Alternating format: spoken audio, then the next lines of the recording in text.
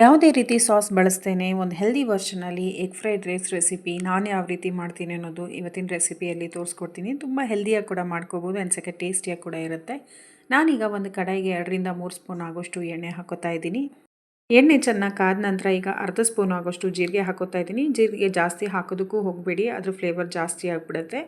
ಈಗ ಜೀರಿಗೆ ಎಲ್ಲ ಸಿಡಿದ ಮೇಲೆ ನಾನೀಗ ಚಿಕ್ಕದು 2-3 ಈರುಳ್ಳಿ ಹಾಕ್ಕೊಂಡು 2-3 ಹಸಿಮೆಣ್ಸಿನ್ಕಾಯಿ ಕೂಡ ಸೇರಿಸ್ಕೊತಾ ಇದ್ದೀನಿ.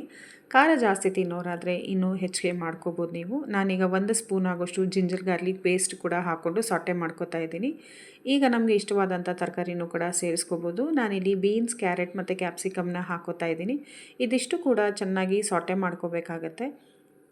ಇದು ಜಾಸ್ತಿ ಬೇಯೋ ಅವಶ್ಯಕತೆ ಇಲ್ಲ, ಸ್ವಲ್ಪ ಕ್ರಂಚಿನೆಸ್ ಇದ್ರೂ ಸಾಕಾಗುತ್ತೆ. ಈಗ ರುಚಿಗೆ ತಕ್ಕಷ್ಟು ಉಪ್ಪು ಮತ್ತು 1/4 ಸ್ಪೂನ್ ಆಗೋಷ್ಟು ಅರಿಶಿನ ಸಹ ಸೇರಿಸ್ಕೊತಾ ಇದ್ದೀನಿ. ಈ ಹಂತದಲ್ಲಿ ನಾವು ಪ್ರತಿ ಇಂಗ್ರೀಡಿಯೆಂಟ್ಸ್ ಹಾಕಿದಾಗಲೂ ಕೂಡ 2-3 ನಿಮಿಷ ಚೆನ್ನಾಗಿ ಸಾಟೆ ಮಾಡ್ಕೋಬೇಕಾಗುತ್ತೆ. ಇದಿಷ್ಟು ಹಾಕ್ಕೊಂಡು ಚೆನ್ನಾಗಿ ಫ್ರೈ ಮಾಡ್ಕೊಂಡ್ಮೇಲೆ ನಾನೀಗ 1 ಸ್ಪೂನ್ ಆಗೋಷ್ಟು ಧನಿಯಾ ಪೌಡರ್ನ ಹಾಕೋತಾ ಇದ್ದೀನಿ. ಧನಿಯಾ ಪೌಡ್ರ್ ಹಾಕ್ಕೊಂಡು ಕೂಡ ಈಗ 1 ನಿಮಿಷ ಚೆನ್ನಾಗಿ ಸಾಟೆ ಮಾಡ್ಕೋತಾ ಇದ್ದೀನಿ. ಇದು ಎಣ್ಣೆಲೆ ಚೆನ್ನಾಗಿ ಫ್ರೈ ಮಾಡ್ಕೋಬೇಕಾಗತ್ತೆ. ನಾನೀಗ 1 ಸ್ಪೂನ್ ಆಗೋಷ್ಟು ಚಿಕನ್ ಮಸಾಲ ಪೌಡ್ರ್ ಹಾಕೋತಾ ಇದ್ದೀನಿ. ಯಾವುದೇ ಬ್ರ್ಯಾಂಡ್ದಾದರೂ ಪರವಾಗಿಲ್ಲ, ನೀವು ಯೂಸ್ ಮಾಡುವಂಥ ಚಿಕನ್ ಮಸಾಲ ಪೌಡ್ರನ್ನ ಹಾಕ್ಕೊಬೋದು. ಇದಿಷ್ಟು ಹಾಕ್ಕೊಂಡು ಇನ್ನೊಂದು ನಿಮಿಷ ಚೆನ್ನಾಗಿ ಫ್ರೈ ಮಾಡ್ಕೋತಾ ಇದ್ದೀನಿ.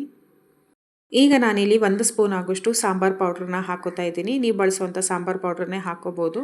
ಕೆಲವರು ಇದಕ್ಕೆ ಪೆಪ್ಪರ್ ಪೌಡ್ರೆಲ್ಲ ಹಾಕೋತಾರೆ. ಬಟ್ ಈ ಥರದ ಒಂದು ಸತಿ ಟ್ರೈ ಮಾಡಿ. ಪೆಪ್ಪರ್ ಪೌಡ್ರ್ ಅಥವಾ ಚಿಲ್ಲಿ ಪೌಡ್ರ್ ಹಾಕ್ತಿರಾನೆ ಈ ಫ್ಲೇವರಲ್ಲಿ ಒಂದು ಸತಿ ಟ್ರೈ ಮಾಡಿ, ಅದು ಕೂಡ ತುಂಬ ಚೆನ್ನಾಗಿರುತ್ತೆ.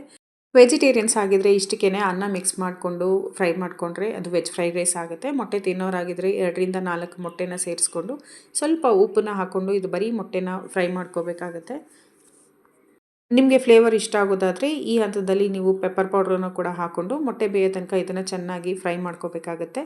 ಮೊಟ್ಟೆ ಎಲ್ಲ ಚೆನ್ನಾಗಿ ಫ್ರೈ ಆದಮೇಲೆ ತರಕಾರಿ ಜೊತೆ ಮೊಟ್ಟೆನೂ ಸಹ ಸಾಟೆ ಮಾಡಿಕೊಂಡು ಒಂದು 2 ನಿಮಿಷ ಮಿಕ್ಸ್ ಮಾಡಿಕೊಂಡು ಲಾಸ್ಟಲ್ಲಿ ಅನ್ನ ಮಾಡ್ಕೊಂಡಿದ್ದನ್ನ ಮಿಕ್ಸ್ ಮಾಡಿಕೊಂಡು ಫ್ರೈ ಮಾಡಿಕೊಂಡ್ರೆ ನಮ್ಮ ಸಖತ್ ಟೇಸ್ಟಿಯಾಗಿರೋ ಎಗ್ ಫ್ರೈಡ್ ರೈಸ್ ಲಾಸ್ಟಲ್ಲಿ ಕೊತ್ತಂಬರಿ ಸೊಪ್ಪಿಂದ ಗಾರ್ನಿಷ್ ಮಾಡಿಕೊಂಡ್ರೆ ಸೂಪರ್ ಆ್ಯಂಡ್ ಟೇಸ್ಟಿಯಾಗಿರೋ ಫ್ರೈಡ್ ರೈಸ್ ರೆಡಿ ಆಗುತ್ತೆ. ಹೋಪ್ ಈ ವಿಡಿಯೋ ಇಷ್ಟ ಆಗಿದೆ ಅಂತ ಭಾವಿಸ್ತೀನಿ. ಇಷ್ಟ ಆದಲ್ಲಿ ಒಂದು ಲೈಕ್ ಮಾಡಿ, ಚಾನಲ್ನ ಸಬ್ಸ್ಕ್ರೈಬ್ ಮಾಡ್ಕೊಂಡು ನೋಡಿ. Thank you.